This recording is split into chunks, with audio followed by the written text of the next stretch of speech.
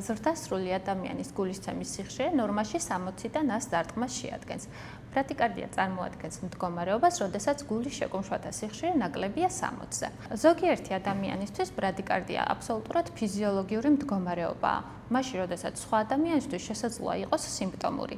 ძირითადი ნიშნები, რომელთაც ბრადიკარდიას ხასიათდება, არის ადვილად დაღლა, თაუბრუსხოვა, სინკოპე ან პრესინკოპე, ანუ გონების კარგვის ეპიზოდი.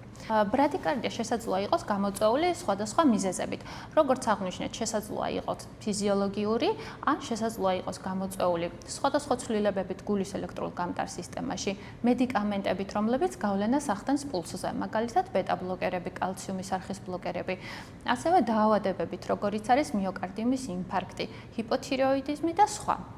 ბრადიკარდიის დიაგნოზის დასმის ძირითადი საშუალება ელექტროკარდიოგრაფიაა, რომელიც ასახავს გულის ელექტრული სისტემის მუშაობას. ზოგიერთ შემთხვევაში შესაძლოა ჩატარდეს ჰოლტერის 24 ან 48 საათიანი მონიტორინგი, ასევე ერთკვირიანი და საჭიროების შემთხვევაში ერთთვიანიც კი. გულის სტრუქტურული პათოლოგიის გამორიცხვის მიზნით კი რეკომენდებულია ჩატარდეს ექოკარდიოგრაფია. ბრადიკარდიის მკურნალობა დამოკიდებული არის ბრადიკარდიის გამომწვევ მიზეზსა და სიმპტომებზე.